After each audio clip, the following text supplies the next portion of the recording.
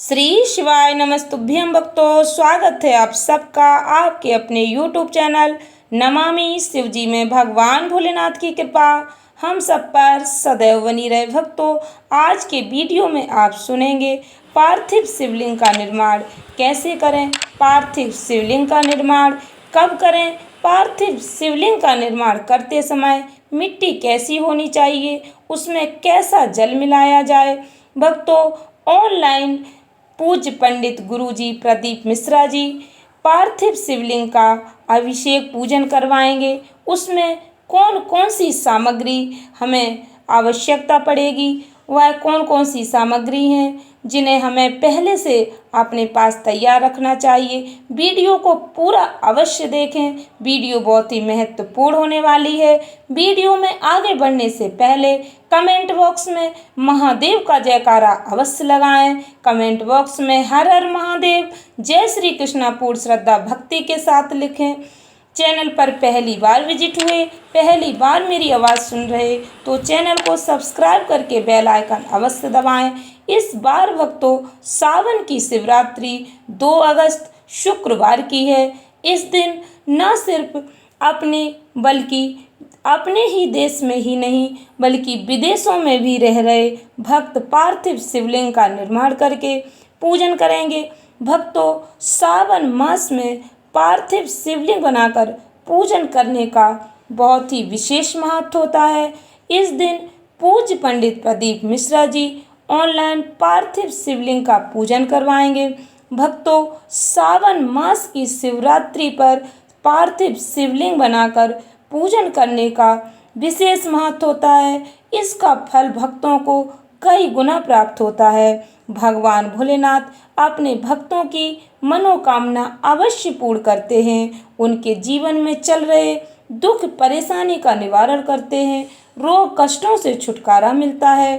पार्थिव शिवलिंग बनाकर उसका पूजन कैसे करना चाहिए, कौन कौन सी सामग्री हमें पहले से तैयार करके रखनी चाहिए, कौन सी मिट्टी से पार्थिव शिवलिंग बनाएंगे, यह वीडियो में मैंने सब कुछ समझाने का प्रयास किया है। ध्यान से सुने भक्तों, इस पूरे वीडियो को अंत तक अवश्य देखें। भक्तों, 2 अगस्त को पूज्य पंडित प्रदीप मिश्रा जी जहां पर भी कथा कह रहे होंगे वहीं से देश विदेश में ऑनलाइन लाइव जुड़कर पार्थिव शिवलिंग का पूजन शाम 7 बजे से लेकर 8 बजे तक 1 घंटे सावन शिवरात्रि को पार्थिव शिवलिंग का पूजन करवाएंगे। इस दिन देश विदेश के भक्त पार्थिव शिवलिंग का पूजन करके भगवान भोलेनाथ से मनचाहा वरदान प्राप्त करेंगे। पार्थिव शिवलिंग के पूजन में कौन कौन से सामान की आवश्यकता पड़ेगी, कौन कौन सी सामग्री पार्थिव शिवलिंग पर समर्पित करनी है, आप इस सामग्री को ध्यान से सुनकर कागज पर लिख सकते हैं, जिससे बाद में आपको पूजा के समय कोई परेशानी ना हो और आप अच्छी तरह से भगवान भोलेनाथ का अभिषेक पूजन कर सकें। आपके मन में ऐसा ना रहे कि मैंने ऐसी सामग्री भगवान भोलेनाथ को समर्पित नहीं कर पाई। कई बार भक्तों, ध्यान करने के बाद भी हम भूल जाते हैं, इसलिए कागज पर अवश्य लिख लें जो भी सामग्री पूज्य गुरुजी ने बताई है। पार्थिव शिवलिंग के पूजन में कौन कौन से सामान की कितनी आवश्यकता पड़ेगी, इस बात का विशेष ध्यान रखें और सारी सामग्री पहले से तैयार करके रख लें। शाम 7 बजे से 8 बजे के बीच गुरुजी ऑनलाइन पार्थिव शिवलिंग का पूजन करवाएंगे। हम सभी को ऑनलाइन जुड़कर टीवी मोबाइल पर पार्थिव शिवलिंग का पूजन करना है। ध्यान से सुने भक्तों, पूजन सामग्री 1 लोटा जल, 21 दाने गेहूं के, 5 कमलगट्टे, 108 चावल के दाने। ध्यान रहे भक्तों, चावल के दाने खंडित नहीं होने चाहिए। चावल के दाने गिनते समय ध्यान रखें, एक भी दाना टूटा नहीं होना चाहिए। 21 काली मिर्च, 1 चुटकी काली तिल, 1 धतूरा, 7 बेलपत्र, 7 समी पत्र, 7 लाल फूल यदि गुलाब के मिल जाएं तो अति उत्तम, यदि ना मिले तो कोई भी लाल फूल आप ले सकते हैं। 7 पुष्प दूसरे अलग से पूजन में चढ़ाने के लिए दूध, दही, शक्कर, घी, इत्र, चंदन, गंगा जल, 3 गोल सुपारी पूजन वाली, रोली, मोली, मोली यानी कलावा, अबीर, गुलाल, पीला चंदन, चावल, पूजन के लिए अलग से, कपूर, 2 दीपक घी के, 1 जलाकर रखने के लिए, 1 आरती करने के लिए, 2 जनेऊ, 1 गणेश जी के लिए, 1 शिव जी के लिए, लौंग, इलायची, पान के पत्ते, मिट्टी का शिवलिंग। आपके शहर गांव में आपको जो भी मिट्टी मिले, आप गमले की मिट्टी तो उस मिट्टी से भी शिवलिंग बना सकते हैं। भक्तों, पार्थिव शिवलिंग का निर्माण आप पहले से कर सकते हैं, यानी आप सुबह के समय पार्थिव शिवलिंग बनाकर रख सकते हैं, क्योंकि भक्तों तुरंत आप शिवलिंग मिट्टी का बनाएंगे और उसका जल अभिषेक करेंगे तो शिवलिंग की मिट्टी बह सकती है, शिवलिंग बह सकता है। 5 फल, मिठाई, धूप बत्ती। भक्तों, 7 बजे से 8 बजे तक यदि आपको मोबाइल, टीवी चालू करके रखना है, आपके गांव नगर में आपके पास यदि ब्राह्मण रहते हैं जो आपके घर में पूजन करवाने आते रहते, तो आप उन्हें पूजन करते समय अपने घर बुला सकते हैं और पार्थिव शिवलिंग का पूजन अभिषेक कर सकते हैं। यदि ब्राह्मण पूजन करवाते हैं तो यह आवश्यक नहीं है कि आप 7 से 8 बजे के बीच ही पूजन करें। कहने का तात्पर्य यह है भक्तों, महत्वपूर्ण बात यह है कि सावन शिवरात्रि पर भगवान भोलेनाथ का पार्थिव शिवलिंग बनाकर उसका पूजन अवश्य करना चाहिए।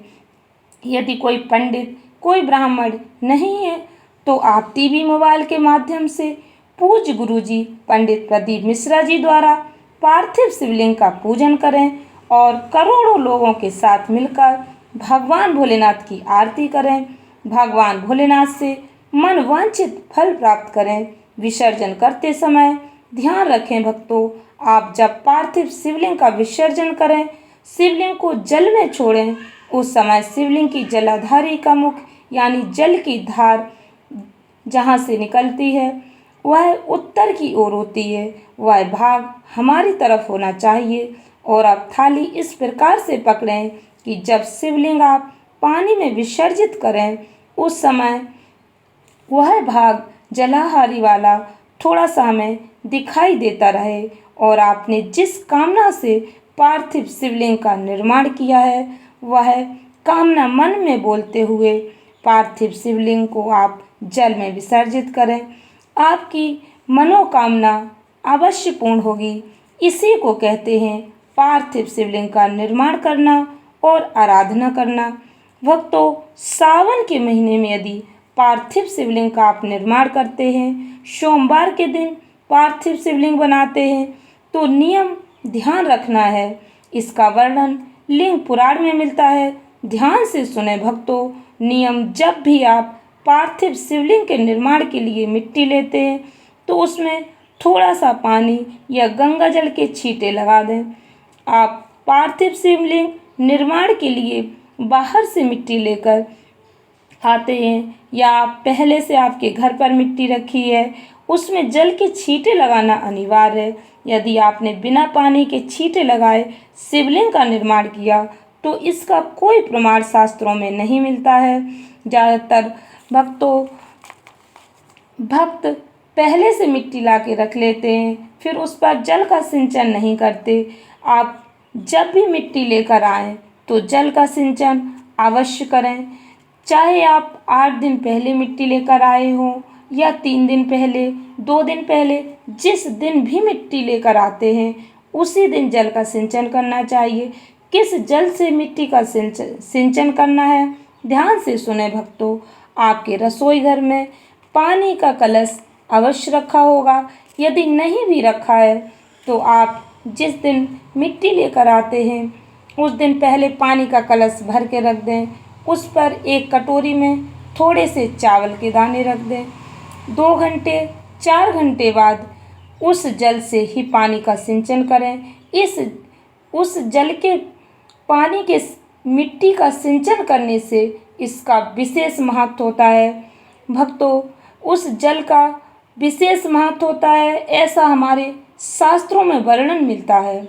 भविष्य पुराण अग्नि पुराण, स्कंद पुराण में बताया गया यह जल क्यों लेना चाहिए। जब उस कलश का जल हम उस मिट्टी पर डालते हैं तो उसमें पितरों का मान आ जाता है, माता अन्नपूर्णा का भाव आ जाता है, माता लक्ष्मी जी का भाव आ जाता है। भक्तों, ऐसा वर्णन मिलता है 24 घंटों के अंदर हमारी रसोई घर में 33 कोटि देवता एक बार अवश्य आते हैं, तो उन 33 कोटि देवताओं का भाव उस जल में आ जाता है। ऐसा हमारे शास्त्रों में वर्णन मिलता है। जब उस जल को हम पार्थिव शिवलिंग निर्माण करने वाली मिट्टी में मिलाते हैं तो गंगा, यमुना, सरयू, नर्मदा सभी नदियों का भाव आ जाता है। 33 कोटि देवी देवताओं में सभी नदियों का भाव आ जाता है और यह मिट्टी अब पवित्र हो जाती है और कैलाश अधिपति के स्वीकार करने लायक बन जाती है। पार्थिव शिवलिंग का निर्माण करने लायक यह मिट्टी बन जाती है। भक्तों, ध्यान से सुने, जल मिट्टी में मिलाने के बाद पार्थिव शिवलिंग का निर्माण कैसे करें। आप जिस भी पात्र में शिवलिंग बनाकर स्थापित करेंगे, उस पात्र में थाली है या और कोई वस्तु जिस पर आप पार्थिव शिवलिंग निर्माण करना चाहते हैं, उस पात्र पर पहले बेलपत्र रखेंगे। बेलपत्र सीधा रखेंगे, बेलपत्र की डंडी जलाहरी तरफ रहेगी। बेलपत्र के ऊपर पार्थिव शिवलिंग बनाकर तब आप उस पर रखेंगे। भक्तों, शिवलिंग को कोई भी पात्र सहज ही स्थापित नहीं कर पाएगा। भगवान भोलेनाथ का पार्थिव शिवलिंग, इसलिए जिस पात्र पर आप शिवलिंग रखेंगे उस पर पहले बेलपत्र अवश्य रखेंगे। भगवान भोलेनाथ के शीश पर माँ गंगा विराजमान है और हम उन्हें ऐसे ही सहज स्थापित नहीं कर सकते। भगवान भोलेनाथ बेलपत्र पर ही सरलता से स्थापित हो सकते हैं। भक्तों, विद्येश्वर संहिता में इसका वर्णन मिलता है। ब्रह्मा विष्णु भगवान भोलेनाथ के चरण और शीश का पता नहीं कर पाते। ब्रह्मा जी ऊपर जाते हैं, श्री हरि विष्णु जी नीचे की तरफ आते, तब भी पता नहीं कर पाते चरण और शीश कहाँ पर हैं। भक्तों, बेलपत्र को आपको सीधा रखना है, जैसा कि मैंने पहले बताया। डंडी का भाग उत्तर दिशा की ओर होना चाहिए। इस बेलपत्र पर थोड़ी सी मिट्टी डाल लीजिए और पहले शिवलिंग के स्वरूप का निर्माण करें। फिर उसके बाद शिवलिंग के पास थोड़ी सी मिट्टी और डालकर जलाधारी का निर्माण करें। भक्तों, शिवलिंग और जलाधारी बनकर तैयार हो गई। पहले आपको भगवान भोलेनाथ के शिवलिंग का आकार बनाना है, उसके बाद ही जलाधारी बनानी है। इस बात का ध्यान रखें। भगवान भोलेनाथ का संपूर्ण परिवार शिवलिंग में विराजमान होता है।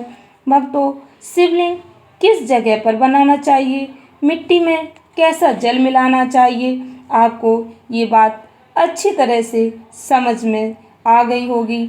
जब भी आप शिवलिंग का निर्माण करते हैं तो कैसे करें, कहाँ करें, इसका विधान शिव महापुराण और लिंग पुराण में मिलता है।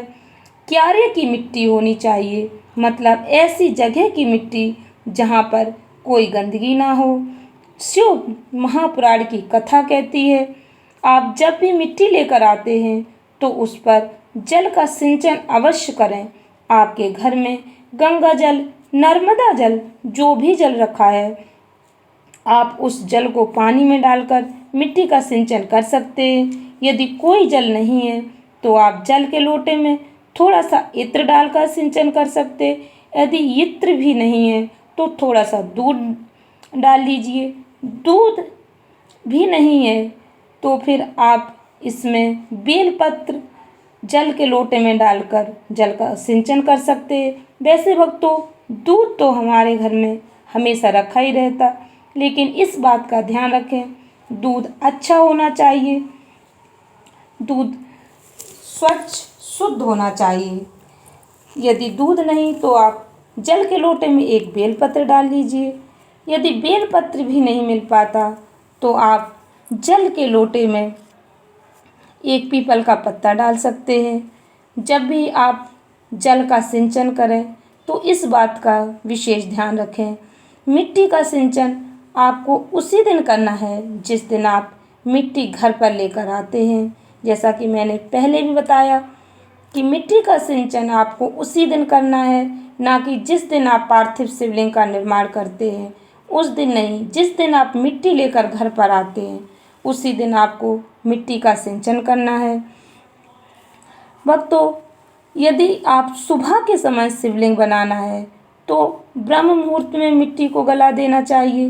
किस जल से मिट्टी को गलाना है इसका प्रमाण भी शास्त्रों में मिलता है। शिव महापुराण की कथा में वर्णन आता है। यदि आप आज पार्थिव शिवलिंग का निर्माण करते हैं तो शाम के समय तो आप अपने रसोई घर में जहाँ भी पानी का मटका या पीने का स्वच्छ पानी रखते हैं उसके पास एक कलश या लोटे में जल भर कर रख दें। उस पर एक प्लेट ढक दें जिसमें थोड़े से चावल रखे हों।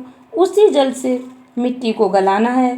भले ही यह जल आपने 2 घंटे या 4 घंटे पहले ही क्यों न रखा हो।